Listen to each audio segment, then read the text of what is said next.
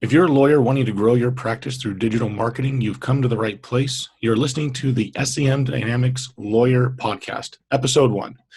Today we're talking about marketing must-haves for new lawyers. So let's get started.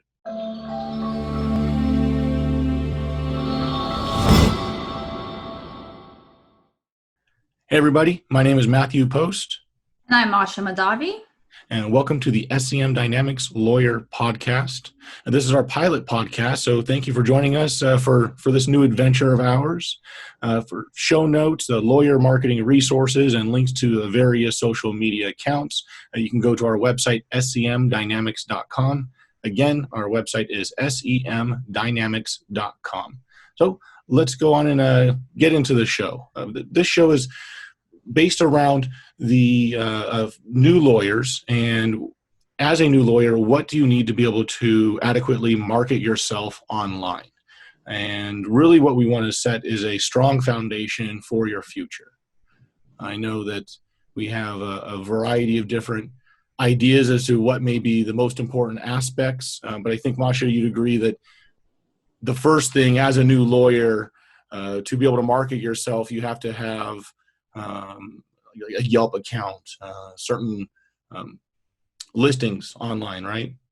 Absolutely. Online presence is a must, especially today.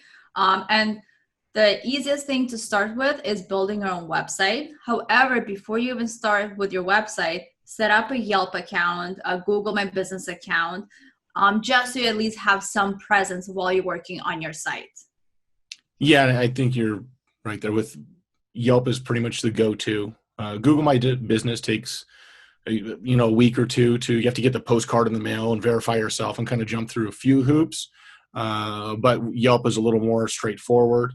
And I think you're right too, is getting the website started is a much easier process than what I think a lot of people believe, especially your first website. You really just need the minimum to have some kind of presence, some kind of resource to point people to you, to find out some information about you. You can use Wix or any free website creator or generator at that point, and later on circle back around and have a more professional brand forward or brand specific website built for you. But initially, I don't think the first website iteration.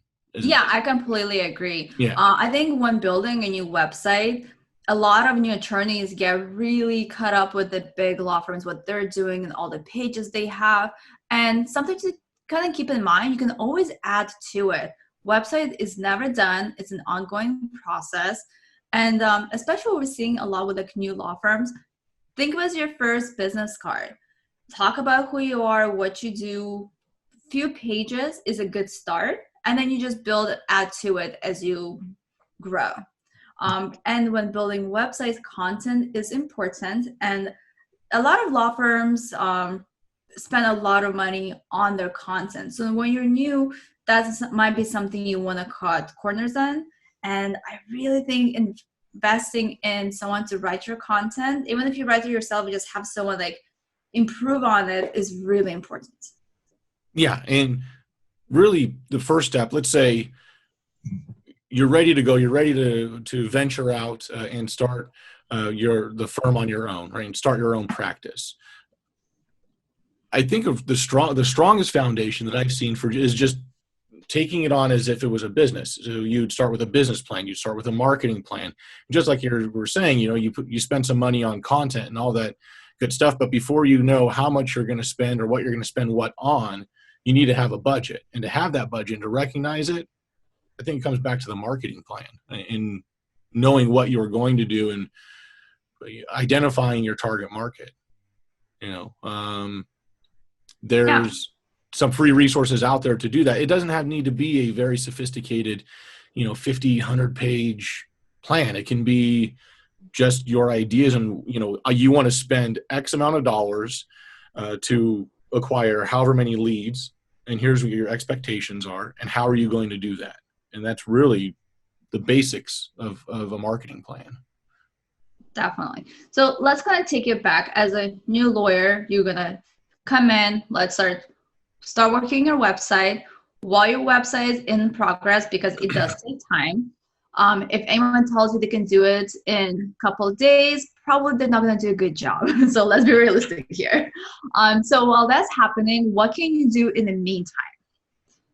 I would, if it was for me, and what I've advised other people to do is YouTube, to start doing videos, because that can be now exposure. You get your social media accounts going, and you invite your friends and family, and you get a little bit of viral boost just on you being new to the market, and capture that exposure by adding video through Facebook and LinkedIn or whatever your social media platform you choose to really zone in on, and utilize YouTube as well. Because my, being the whole SEO mind that I have, the way that I look at things is YouTube is the second largest search engine. We know Google takes a long time to get ranked on, but ranking on YouTube can be done in a day, right? I mean, that's now business. And also look at referrals. And part of your marketing strategy should include, I mean, even outside of digital, get a hold of the attorneys that you just went through law school with, the connections that you just made, and put a referral network together. You may be a personal injury attorney, and you now know somebody who's in contract law, who's in bankruptcy law, who's a criminal, all the, not a criminal, but a criminal lawyer. Criminal lawyer might know some criminals though, but you need to build this network of referrals and join their network of referrals as well. Yep, 100% agree. If you take a step back, marketing, there's two ways of getting new clients, really. Referrals is huge, and the longer you're in business, the more of those clients you're gonna get. But for new lawyers, working your network is important. And then from there, think about marketing resources. Do you want to do your own marketing? Do you want to hire an agency? And there's a couple things you can do on your own. For Yelp, they have sponsored listings you can do. There's a lot of directories that will offer you to sponsor listings. And if you do try any of those, just to make sure you're tracking so you know what you're actually getting for your investment. And I think that's something that a lot of new lawyers don't think about. They expect, well, if I'm going to pay for it, I'm going to get results, but that's not always true. So tracking should be probably one of the most important things you should start investing in from the beginning. And it's not expensive either. There's a couple things we can do with tracking. Matt, do you want to talk about more what kind of tracking they can set up? Well, on the website, I would be obviously Google Analytics. It's free. Even when you're building, a Wix site or something of that sort, you're going to have some type of website metrics to go off of. But when you were talking about tracking on these other directories, I'm assuming you want, call tracking. So it's a call recording, call tracking, something of that sort. Yep, that's exactly what I was thinking. Yeah, so we're looking at CallRail, call tracking metrics. Those are the two big ones, and cost really isn't that much. If you are going to be doing paid advertising, and again, going back to the marketing budget, and what is your budget, and what is the expected cost per click? What's the or even cost per client acquisition? Being able to know how to identify an acquisition and where it came from. You don't know what your cost per acquisition is if you don't know where that acquisition came from. There's no attribution. And without attribution, you don't know where to spend your money. So yeah, I think the call tracking is important. And I mean, cost-wise, if somebody comes to you and says, okay, I have a budget and I want to spend X amount, for ads. Do you say, hey, a directory? Because you look at someone like, FindLaw or Nolo, where it can cost a decent amount on a monthly basis, and you may not have that ROI. It's a higher risk. So what's some of the lower risk marketing methods? We have free directories, Avo, right? You can get some listings there. Maybe Justia, that's free. And they have paid sponsorships and things of that sort. But where would you advise brand new lawyer starting out? They have a budget, let's say $10,000. What would you say somebody should be spending that money on? Okay. Well, I'm very controlling, so I want to make sure that my investment actually gets me results. So personally, I love running ads myself, obviously. Yeah. And I think Google is a great resource for most law firms. It does get expensive per click. However, if you have the proper account set up, you have the good intake, you can really track exactly what's working, what's not working, and get pretty much immediate ROI from that as far as signing new clients. Um, the other things you can do is run ads on social media. That's a little more tricky, especially if you don't have dedicated team to call those leads. But no matter what, it all comes down to, in addition to running ads, is tracking your leads, and not just technology, but following up. Whether the lead comes from Ovo or one of your paid ads, you need to make sure you call that lead until you decide whether it's something you want to sign up or not. Well, yeah. And to piggyback off of that, two things. One is with your budget, depending on the area of law you go into, you're going to have a variable time period between actually getting money in. So if there's, if the PI, it's going to take a year to 2 years to get some of these settlements. Now, of course, some settlements are going to come in earlier, but on average, you're looking about a year to 2 years before money comes in.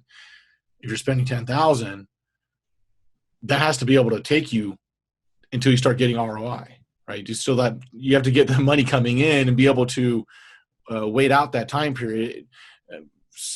So I think that has to be really taken into consideration of the total overall budget, Yeah. and even more so, the leads that you get in through, say, Facebook or wherever, become more valuable. Where you really need to have that follow-up game pretty honed in. And I know we do a lot of intake optimization, I guess we can call it, where we consult different law firms on their intake process. And we both see this a little bit differently, where as a new lawyer, I really want to say go build an intake team or get somebody to do intake. But that's just my own personal. And you're one to say that you need it, or you should have intake or somebody to help you with intake to do that follow-up. What would you look for to build that initial team, or just have that one additional person to help you do lead follow-up and help you do the sales end of your firm? Well, I think when it comes to intake, you have to have structure and guidelines. Whether you're doing it yourself or you have your paralegal or someone else helping you with it, the biggest issue I've seen is no one really takes accountability. It's just assume that someone calls us, we're going to call them back, and we're going to figure it out. And without structure, things will fall through the cracks. I mean, I've seen it so many times over and over when multiple people do the intake, they get to it when they get to it. And we actually look at the numbers, it takes hours to call people back. We call them like maybe 7 days later, and that person already hired someone else by that point. So no matter what, make sure you have guidelines. When you're gonna call them back, who's responsible during what time of the day to call them back. If it's you, stick to it. Don't let your other projects get in the way, because without new business, your law firm is not going to survive. So are you saying And that it's more important to have, it's not necessarily about having additional people, but putting protocol in place to make sure that leads are dealt with, whether it's by the solo practitioner or whether they have somebody else that's helping them with it? yep, absolutely. And ideally, because sole practitioner will get busy, you can delegate that. But in the beginning, it's probably going to be you doing it. And later down the line, most likely it's going to be paralegal or someone else on your team. But no matter what, you have to stick to guidelines that you've set in place. And someone has to be responsible. We can't just have multiple people answering the phone and assuming they're all going to follow up with their own leads. If that's the case, have Excel spreadsheet, have something that documents when people are calling, when they're supposed to be calling, so you know exactly what's happening and they're staying accountable to their own work.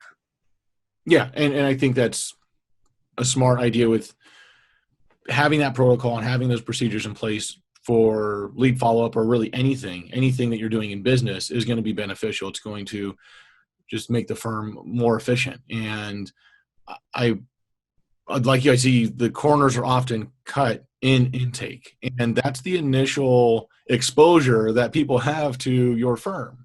And we've done videos on it before in regards to automated email follow-ups.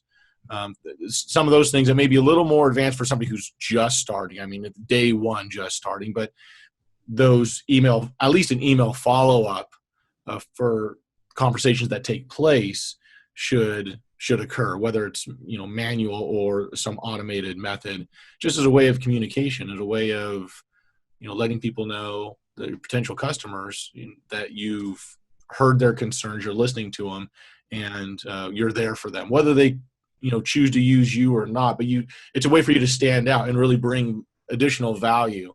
I couldn't agree more with what you're saying in regards to having the policies and procedures in place.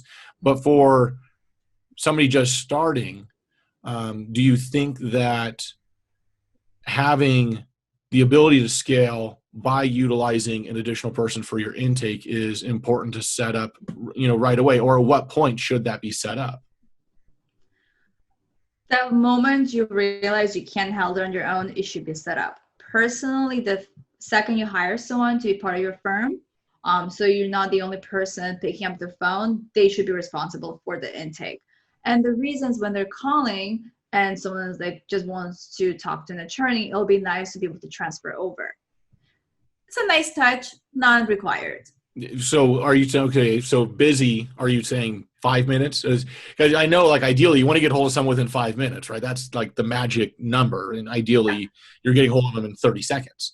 But at what point should a lawyer be looking at themselves and saying, you know what, I'm not really getting back to these people as fast as I should be? Is it an hour? Is it a day? When and at what consistency? Because attorneys are going to be in court, so they are going to be busy. But how can they communicate and have some type of follow-up, and maybe not be a phone call? And then also, at what length of time should pass consistently before an attorney realizes they should start to scale out and get some help? I think part of it is going to be depending on their financial, can they afford to have someone working with them?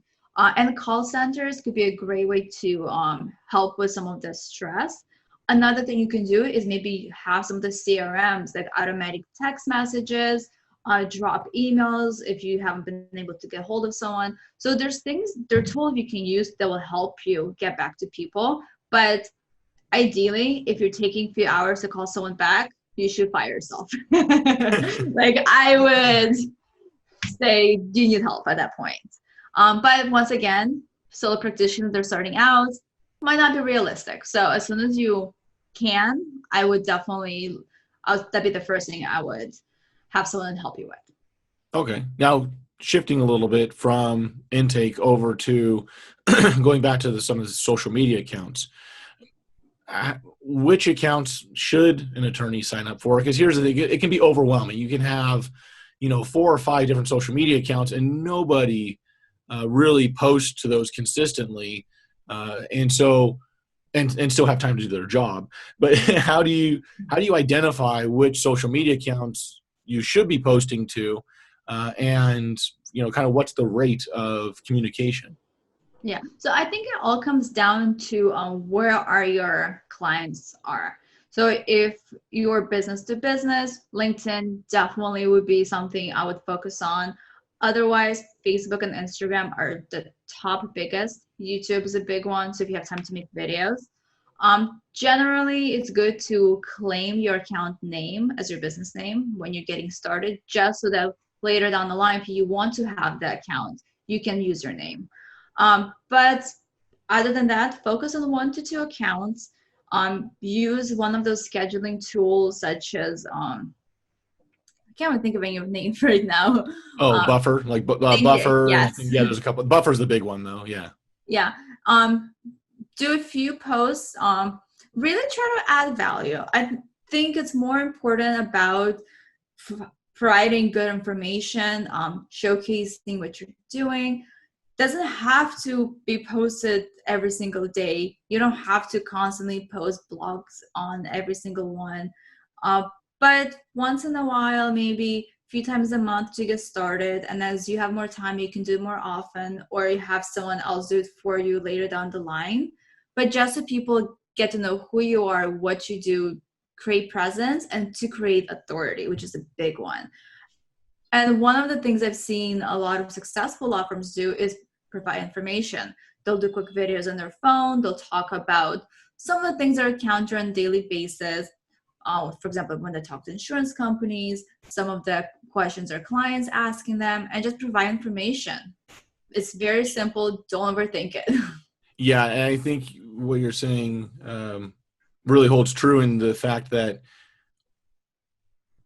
in my experience, what I've seen, what resonates with people best and what converts best is that almost impromptu looking video, the amateur looking video, where you're not broadcasting a commercial every time. It doesn't have to be commercial quality.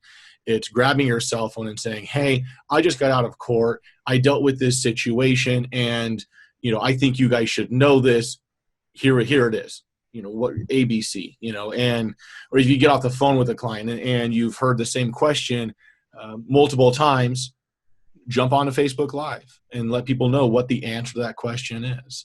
And that brings value, and you're actually addressing real concerns, real questions that actually come up in real life and real conversations, and you're not creating this constant commercial over and over and over again, because the commercial is going to wear out really quick. And the only people that are going to be liking your post is your mom and your, girlfriend or wife. So you want to attract people and say, wow, you've helped me out here and there, and I've watched your post. Can you help me out with my situation? I've seen attorneys jumpstart their business through video, through YouTube, where they were just addressing the most common questions, introducing themselves, and having real conversations not even in business suit, and just daily attire from their car or whatnot.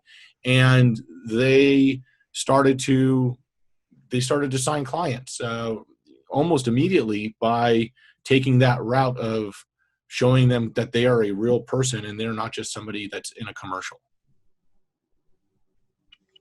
So I want to go ahead and summarize kind of everything that we've talked about, and see if there's anything that we're missing here. So really, the idea is that we want to, as a new attorney, start working on your website. You can use a platform like Wix or anywhere that's going to give you a free or very low cost solution at first, and then you can start building that out, scaling that out. Immediately get a Yelp account, get listed on Yelp. Get your Google My Business listing going. Get on the free directories. If you want, check out our website at scmdynamics.com. We have a list of paid and free legal directories that you can review. We have reviews for all of them, and just kind of see which ones are going to be a good fit. But go sign up at least for the free ones and get some free traffic and free calls. Set up a good source or referral network. Get that marketing plan going along with your budget, and identify your target market by kind of building personas, right? Who is your target client? Who's your target market? And if you're going to be doing paid ads and really you have to know what your budget is, and realize that your budget has to carry you out potentially for months, depending on the type of law that you're getting into. Decide on how you're going to handle intake. If you're going to handle it by yourself, realize, like Masha was saying, don't take an hour or 2 hours or 3 hours to get a hold of a client, because they've already probably gotten a hold of somebody else. Masha, is there anything that I'm forgetting in the list of to-dos? Yes, tracking is really important. So from the beginning, you want to know how many leads you're getting, where they're coming from. If they're not signing, why not? So you can learn from your process. You can learn what marketing is working for you, what doesn't. So you can constantly start improving from day one. Yep. Yeah. So set up the call tracking or whatever it is, whatever you're doing, try to track it the best that you can. I think that's it. I think that's you know, Yep. a fairly decent list of things to get going on for a new lawyer. So anyways, again, I want to thank you for listening to the SEM Dynamics Lawyer Podcast. Be sure to subscribe to receive notifications of future broadcasts and visit us at semdynamics.com for more lawyer marketing resources. All right. Thanks, guys. Bye.